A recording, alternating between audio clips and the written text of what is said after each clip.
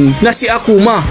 Mamaya ko na sasabihin, pag napigilan natin ang ataking yan, sinisigurado ko tayo naman. Banggit nga ni Jing patungkol nga dito sa panibagong atake na gagawin ni Don Prix. Ngayon, sinisigurado ko ang inyong katapusan. At eto na nga, isang panibagong napakalakas na pag-atake neto ni Don Prix. At mas mukhang malakas ito kaysa una at pangalawang atake na ginawa niya. At agad namang pumesto at naghanda etong sila Jing. Ngunit paano nga ba nila pipigilan ito? Hoy Jing, kagaya ng sinabi mo, sa oras na mapigilan natin ito, sinisigurado kung tayo naman.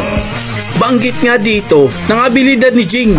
Dito na nga ulit tayo na makikita natin na papalapit na nga itong atake ni Don Prix dito kung nasaan sila Jing. Balik naman tayo dito nga kila Jing. Mukhang kailangan natin ibuhos ang lahat para makaligtas dito. Alam ko yun, hindi mo na kailangang sabihin pa! Sinuntok nga lang ito at agad naman itong